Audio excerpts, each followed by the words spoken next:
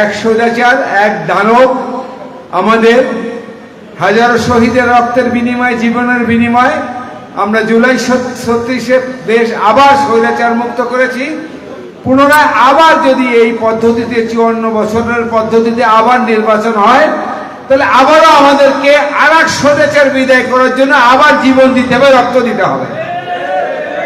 জনগণের কাছে প্রশ্ন করবেন, আর কত রক্ত আমরা দিব, আর কত রক্ত আমরা যুবকরা দিব, আর কত রক্ত আপনাদের এই দেশের জন্য আলেম ওলামারা দিবে, আর কত ত্যাগ এই দেশের আলেম ওলামা স্বীকার করবে আপনাদের এই দেশের জন্য।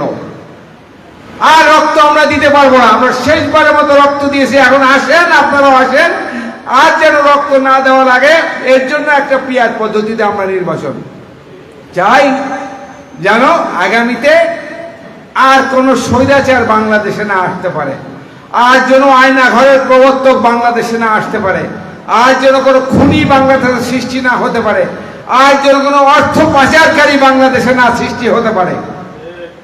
এটা আপনাদেরকে এলাকায় যে বোঝাইতে হবে। যদি বোঝাইতে পারেন তাহলে আজকের এই আসা যাওয়া, আর আমাদের কেন্দ্রের মেহমানরা অনেক কষ্ট এই গরমের ভিতরে ধরেন আসছে, ওনারা সেই সকালবেলা গাড়িতে উঠছে, আসে আপনার এখানে নামছে, আবার আপনাদের এখানে বসে আছি, এখানে ফ্যান চলতেছে কিন্তু ফ্যানের বাতাস হচ্ছে না। আসলে মানুষ তো আরাম আয়েসে বিশ্বাসী, বোঝেন নাই? আল্লাহ মানুষকে এভাবে সৃষ্টি করছে। আজকে আপনাকে এসি বাড়ি, এসি গাড়ি দিছে, কালকে আপনাকে নামায় আবার রাস্তা নামাই দিবে, 2 থেকে 3 মাস ভালো লাগে আপনি সেট হয়ে যাবেন।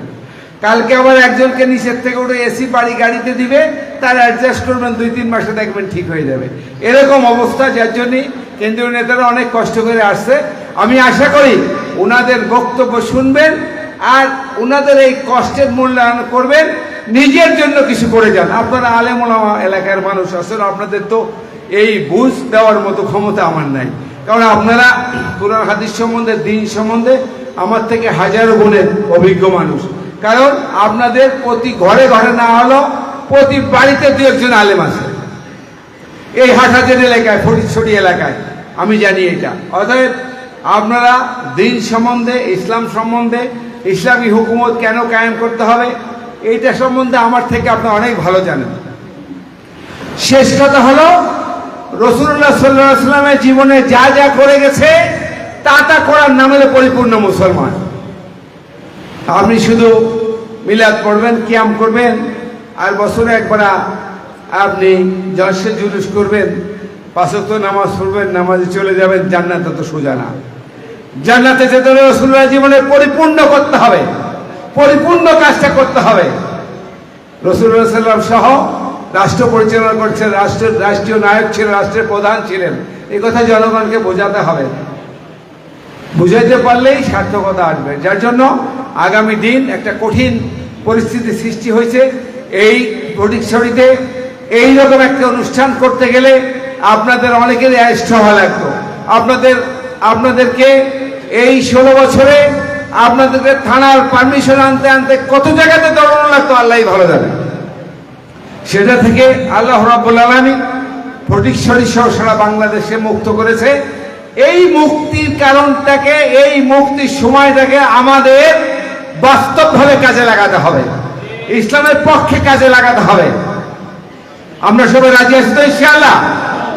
অতএব আমরা এলাকা যায় নিজ দিন উপজেলার কমিটিকে শক্তিশালী করব, নিজের ঘর থেকে শুরু করব। এখানে আমাদের অনেকেই আছি, আমি ইসলামী আন্দোলন করি, আমার বাবা দেখা যাচ্ছে ভান্ডারীদের সাথে আছে, আমার চাচা দেখা যাচ্ছে সুন্নিদের সাথে আছে, আমার ভাই দেখা যাচ্ছে বিএনপির সাথে আছে, আমার মামা দেখা যাচ্ছে আওয়ামী লীগ করে। এই লোকগুলোকে আগে বোঝানোর চেষ্টা করেন, নিজের ঘরের থেকে আগে শুরু করেন, তাহলে দেখবেন আপনার প্রতিবেশী ধরেন, তারপরে এলাকাবাসী ধরেন, তারপরে দেখবেন ইনশাআল্লাহ ইসলামী হুকুমত কায়েম হয়ে গেছে।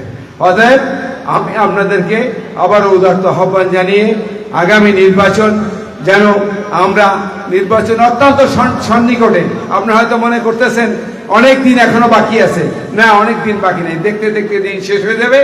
আজকে যে বসে আছেন এই নির্বাচনী টাইমটা আমার আপনার জীবন থেকে এই বিকাল দুপুর 12টা থেকে এই রাত 9টা-10টা পর্যন্ত আমার জীবন থেকে এই 7-8 ঘন্টা চলে গেল, নির্বাচনী 7-8 ঘন্টা চলে গেল। অতএব একটা মুহূর্ত আর সময় নষ্ট করা যাবে না। প্রতিটা ঘরে ঘরে দাওয়াত পৌঁছাতে হবে, সংগঠনকে মজবুতি করতে হবে, নিজ এলাকার সেন্টার কমিটি গঠন করতে হবে। পিয়ার পদ্ধতি হলো আমাদের সে এজেন্ট লাগবে। আমাদেরকে যদি সংসদে যদি আমাদের শেষ পর্যন্ত যদি নির্বাচন করেই লাগে আগের পদ্ধতিতে, তাও আমাদের এজেন্ট লাগবে, তাও আমাদের কমিটির মজবুতি লাগবে। এই মজবুতি ইনশাআল্লাহ করতে হবে। আর পিয়ার পদ্ধতি মানে তো আমরা জানেনই, এটা একটা প্রতিনিধিত্বমূলক সংসদ। প্রতিটা ব্যক্তির ভোটই কাজে লাগবে। আপনি তখন দেখা যাবে যে একটা ভোটের জন্য আমরা একটা আসন পাইনি। অতএব একটা ভোটকেও মূল্যায়ন করে আমাদের দাওয়াতি কাজ যতদূর চালাই যেতে হবে ইনশাআল্লাহ। সংগঠন মজবুতির কোনো বিকল্প নাই। আমি আশা করি এই ফটিকছড়ি ইনশাআল্লাহ উত্তর জেলায় একটা মডেল রূপ ধারণ করবে। বাবা তৌফিকুল্লাহ বিল্লাহ।